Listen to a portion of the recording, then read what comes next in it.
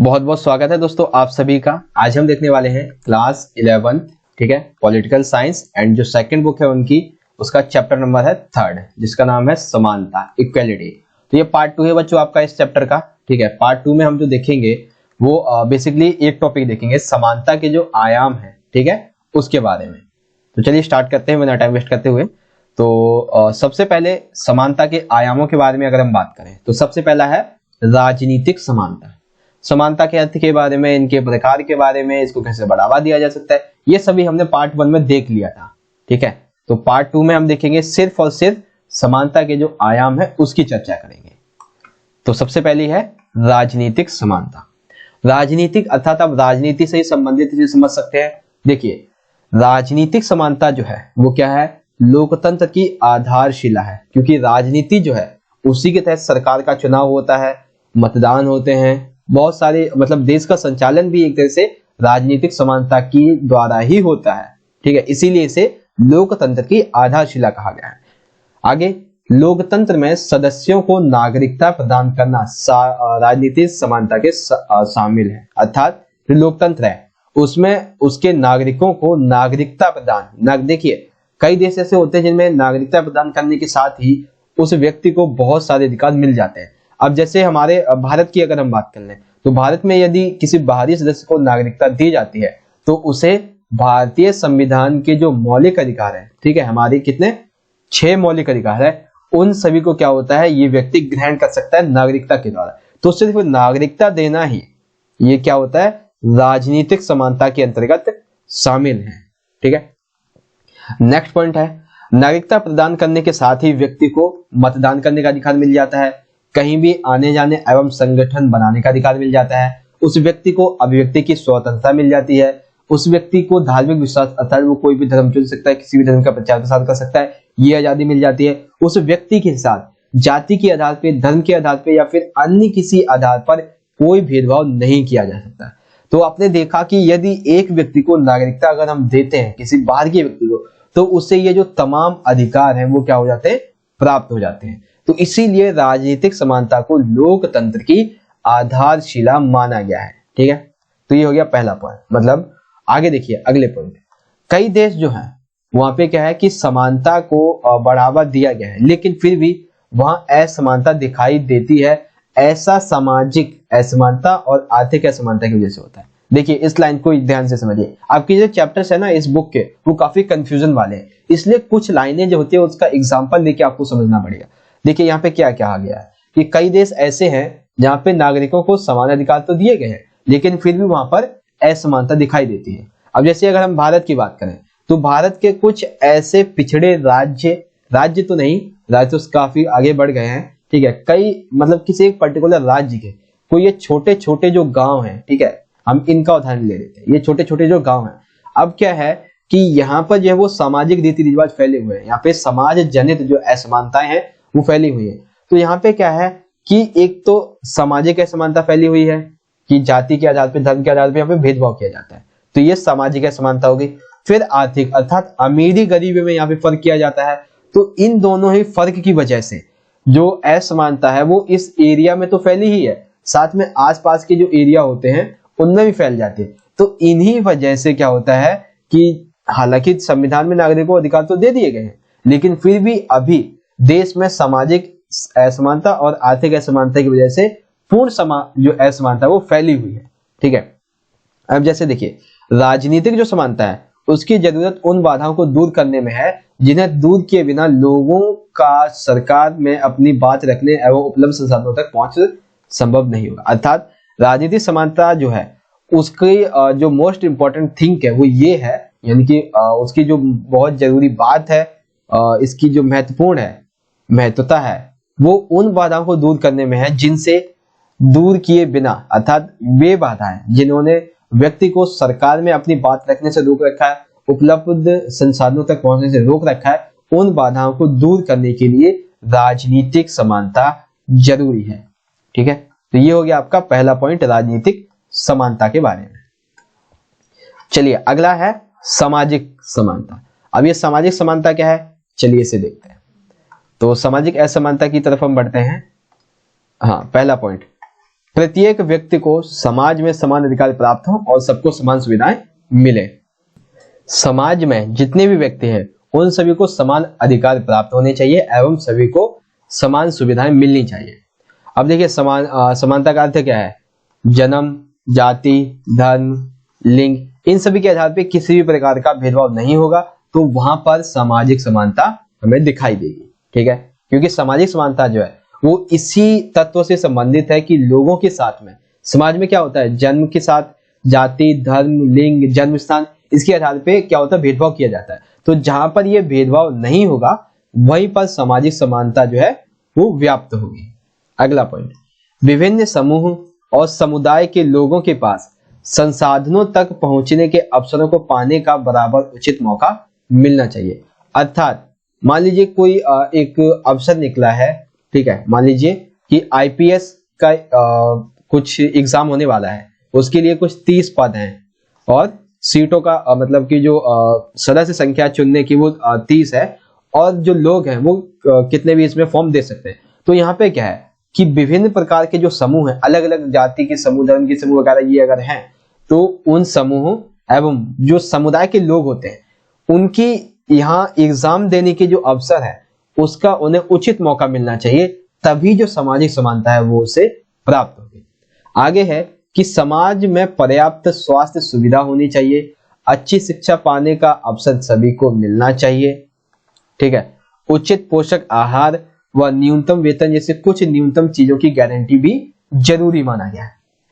अर्थात सामाजिक समानता जो है उसमें यह कहा गया है कि समाज में सभी व्यक्तियों को सबसे पहले तो पर्याप्त स्वास्थ्य सुविधा होनी चाहिए, उसे अच्छा जीवन जीने का अधिकार मिलना चाहिए, उच्च शिक्षा पाने का अधिकार होना चाहिए, उचित पोषक आहार मिलने चाहिए, न्यूनतम वेतन अर्थात जिससे कि वो अपना गुजारा कर सके, रोटी वगैरह अपना खाना पीना चला सके, ऐसा कोई उसे कार्य मिलना चाहिए जिससे कि है सामाजिक समानता जो है वो यहाँ पर जो है वो उसको और शक्तिशाली किया जा सके। ठीक है, उसके बाद और एक दो पॉइंट है कि भारत में कई जगह पर क्या है कि महिलाओं को उत्तराधिकारी का अधिकार नहीं दिया गया है। तो ये क्या है, ये सामाजिक असमानता है। उच्च शिक्षा प्राप्त करने से भी हतोत्साहित किया जाता है। अर्थात जो महिलाएं हैं, महिलाएं आपको पता है कि शादी के बाद भी वो अपने पति के घर चली भी जाती है तो भी जो पिता की संपत्ति है उसका उत्तराधिकारी बनी रहती है। लेकिन आजकल के जो उनके भाई हैं वो क्या कहते हैं, उस अपनी सिस्टर को, अपनी बहन को इसका अधिकार नहीं देते। तो ये क्या है, ये सामाजिक असमानता है। और वहीं कई लोग जो है, मैंने आपको बताया था, पिछड़े राज्य जो हैं, जो गांव हैं, वो महिलाओं को उच्च शिक्षा प्राप्त करने के लिए हतोत्साहित करते हैं। अर्थात वो अगर मतलब कोई पढ़ने की कोशिश भी करता है तो पहले से दबा देते हैं, और कोई बड़े घर की अगर महिला उनको समाज में पढ़ते हुए देख भी लेते हैं तो क्या कहते हैं, हतोत्साहित, अर्थात जो है वो उसे पढ़ाई को छोड़ने के लिए हमेशा मजबूर करते रहते हैं। तो ये जो वो समाज में कुछ असमानताएं फैली हुई है, इसको समाप्त करने की जरूरत है। आगे देखिए, औरतें जो हैं, ठीक है, जो औरतें हैं उन्हें समान कानूनी अधिकार प्राप्त करना, सजनी, स्तनों, यादव, साथ में भेदभाव। यहाँ पे ये जो 3 वर्ड हैं इसका यहाँ पे कोई मतलब नहीं है। ठीक है, ये यहाँ पे मैं इसको हटा देता हूँ, इसका कोई मतलब नहीं है। ठीक है, तो औरतों को कानूनी अधिकार प्राप्त करना, साथ में भेदभाव और परेशानी से बचाने वाली नीतियां बनाना, और शिक्षण या कुछ अन्य पशुओं में प्रवेश के लिए, यहाँ पे जो पशु नहीं बल्कि ये है संस्थान। ठीक है, कुछ वर्ड मिस्टेक हो गई सेंटेंस में। ठीक है, तो ये संस्थान है। तो देखिए इसको दोबारा से समझते हैं कि औरतों को कानूनी अधिकार प्रदान करना एवं उनके साथ किसी भी प्रकार का भेदभाव नहीं होना चाहिए, एवं परेशानी से बचाने के लिए जो नीतियां हैं वो बनाई जानी चाहिए। शिक्षण या कुछ अन्य संस्थानों में प्रवेश के लिए प्रोत्साहन देने जैसे उपाय जो है ये राज्य के द्वारा किए जाने चाहिए, एवं इन कार्यों को करके राज्य जो है वो अपने नागरिकों को और सशक्त बनाने की जो एक महत्वपूर्ण भूमिका है उसका रोल प्ले करता है। तो ये जो है वो सामाजिक असमानता के अंतर्गत जो औरतें हैं उनको अधिक यहाँ पे संरक्षण एवं उनको अधिकार देने की बात जो है वो राज्य के द्वारा की जानी चाहिए। ठीक है, तो इस सेंटेंस में कुछ मिस्टेक थी, उसको आपको ध्यान नहीं देना है। आप चलिए आगे देखते हैं। तो ये तो होगी सामाजिक समानता का आयाम। सबसे आखिरी है आर्थिक असमानता का आयाम, और ये आयाम जो है वो बहुत बड़ा है, ठीक है। तो इसको तकरीबन 8 से 7 मिनट लगेंगे। आर्थिक समानता, तो देखिए क्या है कि किसी भी व्यक्ति को अपने मौलिक आवश्यकताओं को पूरा करने के लिए सभी को समान रोजगार, समान वेतन, व्यवसाय, समान रूप से आर्थिक कार्य करने का अधिकार हो, तो ऐसी समानता को आर्थिक समानता कहते हैं। अर्थात समाज में क्या है कि व्यक्ति की जो मौलिक आवश्यकता है, रोटी कपड़ा मकान, ये मौलिक आवश्यकताएं हैं, स्वास्थ्य, जीवन, शुद्ध पानी, ये वगैरह कुछ, तो ये क्या है, मौलिक आवश्यकताएं। तो इन सभी को पूरा करने के लिए जो समाज है उसमें सभी व्यक्ति को एक मतलब समान रोजगार, अर्थात वो रोजगार उसे मिलने चाहिए, जिससे क्या है, मान लीजिए कोई व्यक्ति जो है वो सूत की कटाई, ठीक है, सूत की कटाई का कार्य करता है, तो सभी व्यक्ति को जो भी इस कटाई का कार्य करते हैं सभी को जो है वो समान वेतन दिया जाना चाहिए। कैसा? समान वेतन दिया जाना चाहिए। व्यवसाय और समान रूप से आर्थिक कार्य करने के अधिकार, अर्थात वो जो चाहे तो व्यापार अगर उनको करना है तो व्यापार ही वो लोग कर सकते हैं। तो ये जो चीज है वो क्या है कि सभी व्यक्तियों को रोजगार, समान वेतन, व्यवसाय करने का एवं आदि आर्थिक कार्य करने का अधिकार होना चाहिए, तो उसे हम कहेंगे आर्थिक समानता। दूसरा, आर्थिक समानता, आर्थिक जो असमानता है वो व्यक्तियों और वर्गों के बीच धन, दौलत या आमदनी में अधिक भिन्नता से पैदा होती है। आर्थिक यानी कि पैसा, तो आर्थिक असमानता है जो है वो कैसे उत्पन्न होती है? एक व्यक्ति के बीच में, ठीक है, मान लीजिए किसी व्यक्ति के पास ये 10,000 रुपए है, किसी के पास 10 रुपए भी नहीं, तो ये क्या है, एक पर्टिकुलर व्यक्ति के बीच में असमानता हो गई।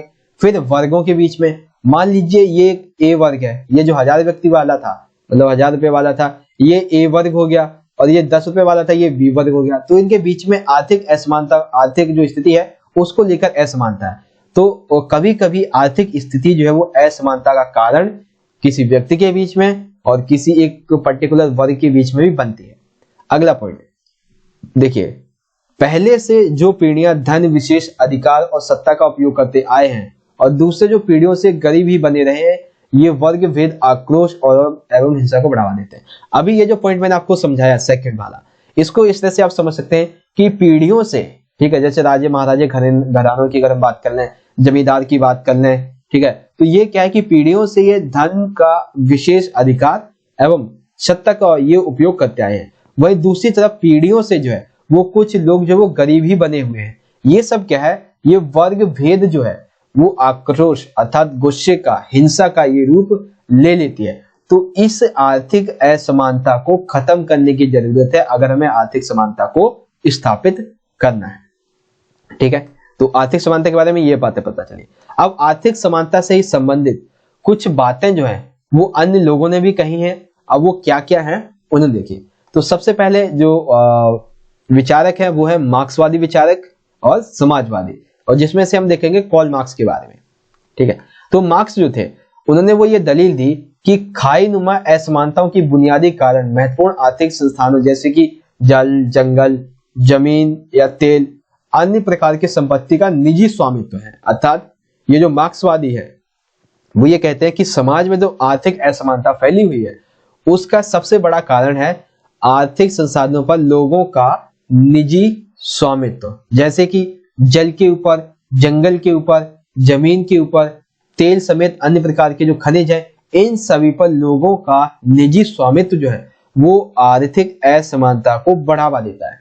दूसरा, निजी स्वामित्व मालिकों के वर्ग को सिर्फ अमीर नहीं बनाता बल्कि उन्हें राजनीतिक ताकत भी देता है, जो कि लोकतंत्र के लिए खतरा है। अर्थात जो निजी स्वामित्व है वो मालिक वर्ग को, यानी कि जो इसके मालिक वर्ग है निजी स्वामित्व के, उनको अमीर तो बनाता ही है, साथ ही साथ उन व्यक्तियों को राजनीतिक ताकत भी देता है। जब आपको पता है कि आपके पास बहुत सारी जमीन, आपके पास बहुत सारा पैसा, तो सिंपल सी बात है आपके पास राजनीतिक ताकत भी आ जाएगी, क्योंकि बड़े बड़े नेता आपसे मिलने आएंगे, आपकी राय लेंगे काम को करने के लिए।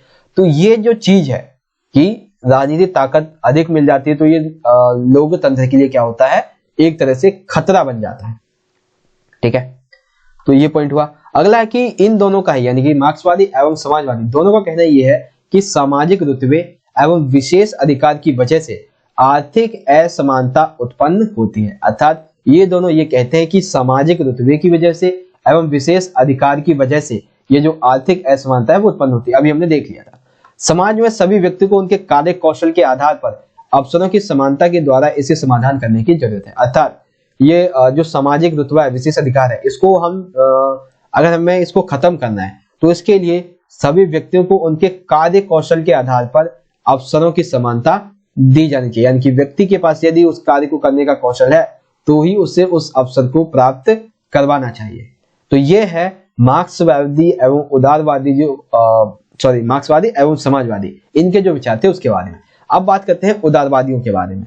अर्थात देखिए, जहां पर मार्क्सवादी और समाजवादी विचारधारा है तो आप वहां पे जरूर देखिएंगे कि जो विपक्ष होगा वो कौन रहेगा, हमेशा उदारवादी, क्योंकि ये एक ही सिक्के के दो पहलू, हेड और टेल। वैसे ही समाजवाद या फिर मार्क्सवाद और उदारवाद, ठीक है। तो उदारवादियों की बात करते हैं। उदारवादी जो है वो ये कहते हैं कि सबके लिए जीवन यापन के न्यूनतम स्तर और समान अवसर प्रदान करने और यह सुनिश्चित करने के लिए राज्य को हस्तक्षेप करना है, लेकिन इससे समाज में खुद ब खुद समानता और न्याय स्थापित नहीं हो सकता है। अच्छा देखिए, इसका अर्थ क्या हो गया? इसका अर्थ यह है कि उदारवादी लोग जो वो ये कहते हैं कि समाज में सभी के जीवन यापन के लिए न्यूनतम स्तर एवं समान स्तर जो समान अवसर है वो प्रदान करवाने के लिए राज्य को हस्तक्षेप करना चाहिए, और यदि राज्य इसमें हस्तक्षेप करता है तो खुद ब खुद समानता एवं न्याय स्थापित हो जाता है। ऐसा उदारवादियों का मानना है। वहीं मार्क्सवादी ऐसा नहीं मानते। स्वतंत्रता, स्वतंत्र और निष्पक्ष परिस्थितियों में लोगों के बीच प्रतिस्पर्धा ही समाज के लाभ के वितरण का सबसे न्यायपूर्ण और कारगर उपाय है। अर्थात देखिए, समाज में यदि असमानता खत्म करनी है तो यहाँ पे क्या करना होगा? स्वतंत्र और निष्पक्ष जो परिस्थितियां हैं इनके बीच में प्रतिस्पर्धा, अर्थात समाज में प्रतिस्पर्धा को आप छोड़ दीजिए, अर्थात प्रतिस्पर्धा जो है वो लोगों को करने दीजिए। अगर ये प्रतिस्पर्धा होती रहेगी तो समाज जो वो न्यायपूर्ण भी बनेगा और कार्यगर भी बनेगा। उसके बाद जब तक प्रतिस्पर्धा स्वतंत्र और खुली होगी, अर्थात जो प्रतिस्पर्धा है समाज में वो स्वतंत्र रूप से होगी एवं खुली होगी, तो असमानता की खाई जो वो नहीं बनेगी और लोग जो वो अपनी प्रतिभा का, अपने प्रयासों का लाभ प्राप्त कर पाएंगे। अर्थात जब ये जो प्रतिस्पर्धा है वो पूर्ण रहेगी, कैसी? स्वतंत्र और खुली रहेगी, ठीक है। कोई भी आए, किसी प्रकार की जो प्रतिस्पर्धा है वो कर सकता है। तो प्रतिस्पर्धा से अभी मतलब है बाजार का, ठीक है। बाजार जो वो सभी के लिए खुला है। तो ये सारी जो चीजें हैं वो क्या है, ये मतलब कि ये जो असमानता की खाई है उससे बनने नहीं देगी। फिर आगे देखिए, कुछ और बातें इसमें आपको जानने की जरूरत है, जैसे कि नौकरियों में नियुक्ति और शैक्षणिक संस्थानों में प्रवेश के लिए चयन के उपाय के रूप में प्रतिस्पर्धा का सिद्धांत सर्वाधिक न्यायोचित और कारगर है। अर्थात देखिए, नौकरियों की नियुक्ति के लिए जैसे कि एवं शैक्षणिक संस्थान, जैसे कि मान लीजिए आईपीएस, ठीक है, और आईएएस वगैरह, ये जो है कुछ ऐसे पद हैं जिनके लिए आपको बहुत अधिक पढ़ाई करनी पड़ती है। तो ये क्या है? बहुत प्रतिस्पर्धा, अर्थात ये प्रतिस्पर्धा का सिद्धांत है, ठीक है। वहीं आप टीचिंग की लाइन अगर देखते हैं, ठीक है, तो टीचिंग की लाइन पे भी बहुत प्रतिस्पर्धा है। वहीं अगर आप कोई फैक्ट्री लेबर की बात देख लें, एक सेकेंड, हाँ, किसी आप फैक्ट्री लेबर को देखें तो सिंपल सा क्या है, गए लगे काम पे। लेकिन ये जो शैक्षणिक संस्थान है, नौकरियां हैं, इनमें क्या होता है, आपको एग्जाम देना पड़ता है। तो प्रतिस्पर्धा का सिद्धांत ये क्या है? सर्वाधिक न्यायोचित एवं जो कार्यगर तरीका है वो है। और ये मानते हैं कि राजनीतिक जो है वो आर्थिक और सामाजिक असमानता एक दूसरे की अनिवार्यता से जुड़ी है। अर्थात ये जो उदारवादी जो है वो ये नहीं मानते हैं, ठीक है, ये नहीं मानते हैं कि राजनीतिक समानता, आर्थिक समानता और सामाजिक समानता जो है वो आपस में एक दूसरे से जुड़ी हुई है, ठीक है। अब जहां पे समानता वहां असमानता तो होगी। तो ये नहीं मानते हैं कि राजनीतिक, आर्थिक और सामाजिक असमानता एक दूसरे से जुड़ी। पहले मैंने असमानता बोल दिया था, वो गलत था, आपको असमानता यहाँ पे पढ़ना है। तो आपको समझ में आ गया उदारवादियों की ये बातें। अभी एक दो पॉइंट और हैं आगे उदारवादियों के बारे में, उससे भी देख लेते हैं। तो देखिए, यहाँ पे है, इनका मानना है कि प्रत्येक क्षेत्र की असमानताओं का निराकरण ठोस तरीके से करना चाहिए। अर्थात जो असमानताएं हैं प्रत्येक क्षेत्र की, उसका निराकरण आप आसान तरीके से नहीं बल्कि एक कठोर तरीके से कर सकते हैं, जो कि ठोस हो एवं जिसे फिर बाद में ना बदला जाए। आगे देखते हैं, लोकतंत्र राजनीतिक समानता प्रदान करने में मददगार हो सकता है, लेकिन सामाजिक विभिन्न नेताओं और आर्थिक असमानता के समाधान के लिए विविध प्रकार कई रणनीतियों की आवश्यकता होती है। अर्थात देखिए, लोकतांत्रिक राजनीति जो है वो समानता प्रदान करने में तो मदद हो सकता है, लेकिन सामाजिक विभिन्नता जो है वो नेताओं और आर्थिक असमानता के समाधान के लिए हमें अन्य प्रकार की जो रणनीतियां हैं उन्हें बनाना होगा, ये उदारवादियों का कहना है। ठीक है, तो आज हमने अभी तक बच्चों क्या क्या पढ़ा है वो देख लेते हैं। तो सबसे पहले समानता के 3 आयाम देखें, जिसमें समानता का राजनीतिक आयाम क्या है, ठीक है, सामाजिक समानता का आयाम क्या है, और फिर आर्थिक समानता का आयाम क्या है। और आर्थिक असमानता में आर्थिक समानता के आयाम में देखा मार्क्सवादी एवं समाजवादी के जो आदर्श है इसके बारे में। फिर हमने देखा उदारवादी जो है ये लोग क्या कहते हैं, इनकी विशेषताओं के बारे में। तो इस तरह से बच्चों आज का हमारा ये जो वीडियो है वो यहाँ पे खत्म होता है, और मैं आशा करता हूँ आपको वीडियो अच्छी लगी होगी। वीडियो अच्छी लगी है तो जरूर लाइक करें, शेयर करें अपने सभी दोस्तों के साथ, और कमेंट करके बताएं आपको वीडियो कैसी लगी। वीडियो को ज्यादा से ज्यादा अपने सभी दोस्तों के साथ जरूर शेयर कीजिएगा। हम मिलेंगे नेक्स्ट वीडियो में, तब तक के लिए आप पढ़ते रहिए और अपना ख्याल रखिए। धन्यवाद। जय हिंद, वंदे मातरम।